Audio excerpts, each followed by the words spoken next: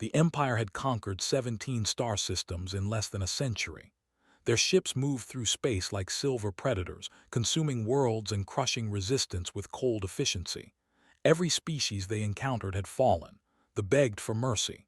The fought bravely but died quickly. The tried to negotiate and were enslaved within a month. The pattern never changed. The Empire arrived, demanded surrender, and then collected whatever remained after the inevitable slaughter.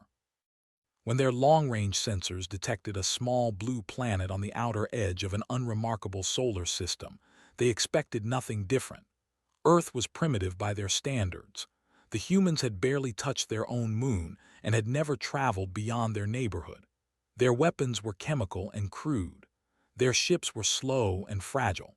The High Command estimated the conquest would take 3 standard cycles at most. They sent the formal declaration of subjugation: surrender your world, bow to the Empire, resistance means extinction. Earth's response came 12 hours later. It was a single word transmitted on every frequency: no. The commander, a decorated officer named, found this amusing. He had received defiance before.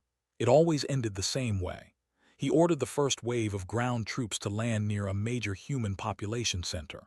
5,000 elite warriors descended in drop pods, each one trained from birth for combat. They carried plasma rifles that could melt steel. Their armor could stop projectiles traveling twice the speed of sound. They expected screaming civilians and scattered resistance. What they found was silence. The city was empty. No humans fled through the streets. No military formations waited to be destroyed. The buildings stood quiet and still. Watched from orbit as his soldiers advanced through the abandoned streets. His sensors detected nothing. No heat signatures. No movement. His communications officer reported that human broadcasts had gone dark 3 hours ago. Then the first soldier vanished. There was no warning, no sound. One moment he was walking at the rear of a formation. The next moment his life sign blinked out of existence. The squad leader turned to find nothing but a small pool of purple blood where his warrior had stood. Ordered the formation to tighten. His soldiers moved into defensive positions. They scanned every rooftop, every window, every shadow.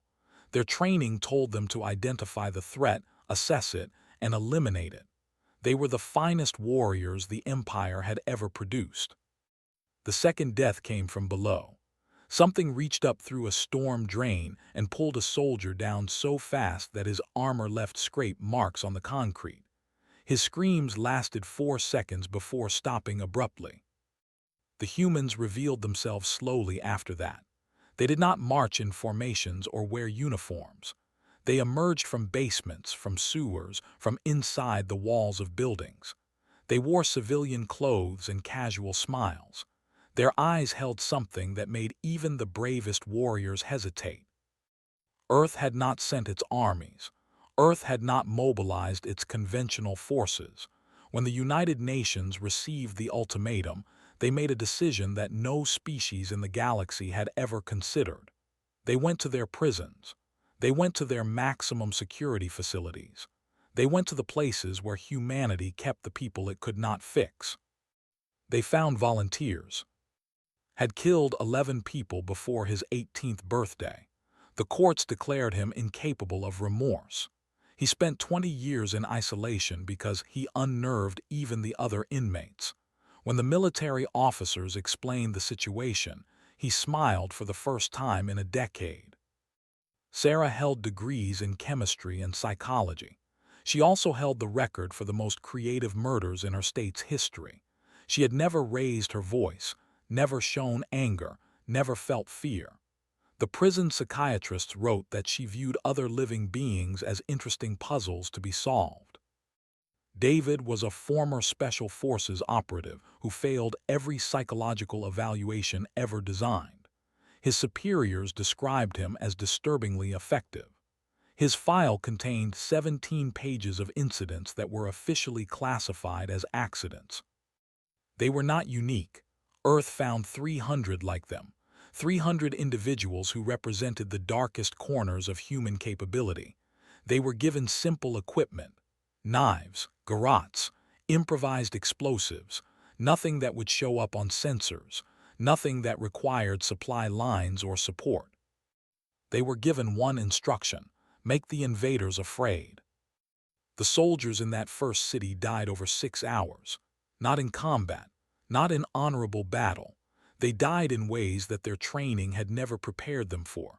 They died alone, one by one, pulled into darkness by hands that felt no hesitation.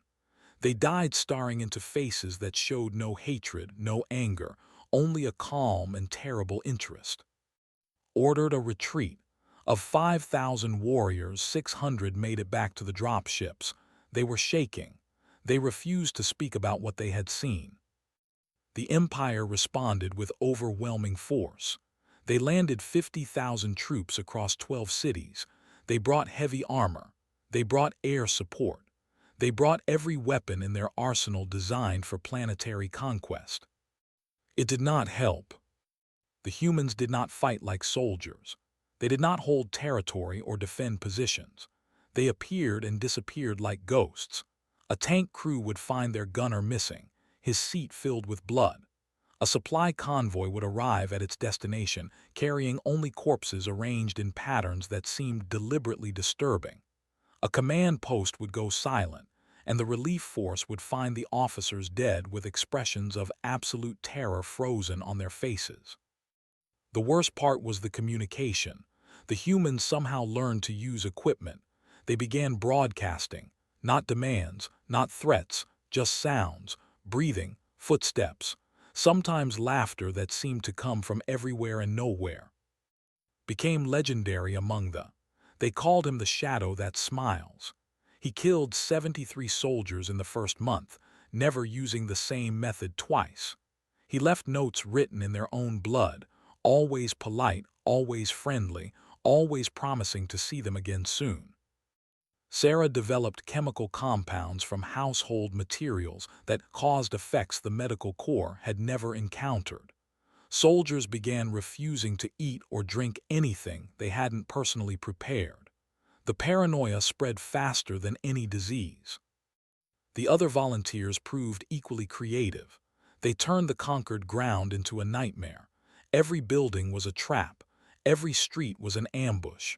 Every moment of silence was worse than any battle cry because it meant they were watching, always watching. Requested reinforcements. The Empire sent them. 100,000 fresh warriors from the core worlds, veterans of a dozen successful conquests. They had never known defeat. They had never tasted fear. Within 3 months, half of them were dead or missing. The survivors had stopped sleeping. They jumped at shadows. They shot at sounds. They began killing each other in fits of paranoid terror, convinced that their own comrades had been replaced by the creatures that hunted them. The High Command observed the situation with growing alarm. Their casualties exceeded all projections. Their warriors, the pride of the Empire, were breaking, and the humans had not used a single tank, a single aircraft, a single weapon system that would qualify as military hardware. They held a council of war. The admirals and generals reviewed the footage. They studied the reports. They tried to understand what they were fighting.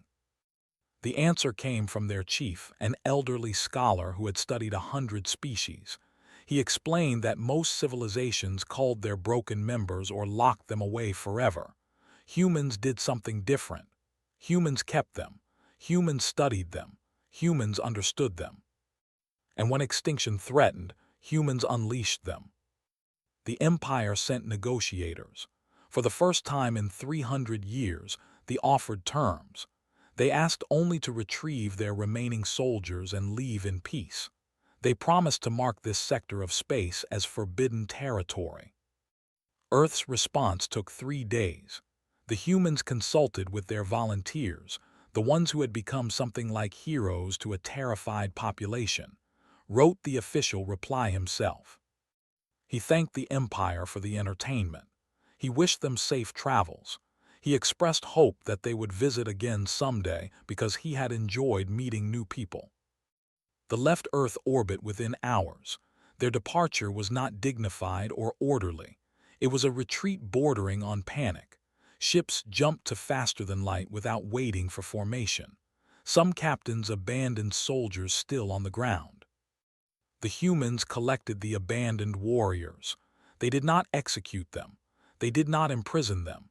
They fed them, healed their wounds, and sent them home on captured shuttles with a simple message. Tell your masters what you found here.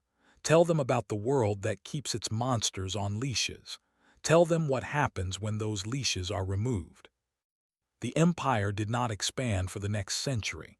Their official histories never mentioned Earth, but their children grew up with stories of the blue planet and the smiling shadows that waited there. The stories were not meant to entertain. They were meant to warn. Earth continued its slow expansion into space. They built better ships and settled new worlds. Their colonies were peaceful places filled with ordinary people living ordinary lives. Nobody who visited would suspect anything unusual about humanity. But every human installation kept a special facility on the outskirts, a quiet building with comfortable rooms and understanding staff.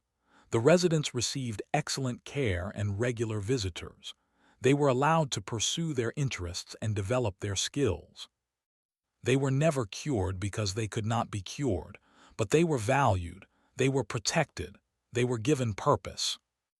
And somewhere in the files of every major galactic power, a simple notation appeared next to Earth's entry in their databases. Do not provoke, do not threaten, do not invade. The monsters are sleeping. Let them sleep. Live to old age, which surprised everyone including himself.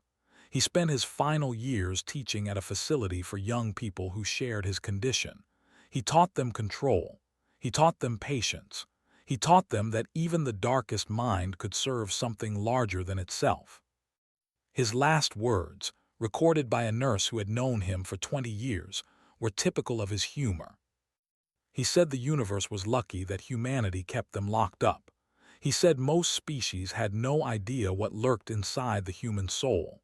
He said that evolution had produced something remarkable in humanity, a species capable of love, art, compassion, and creation, and also capable of something else entirely.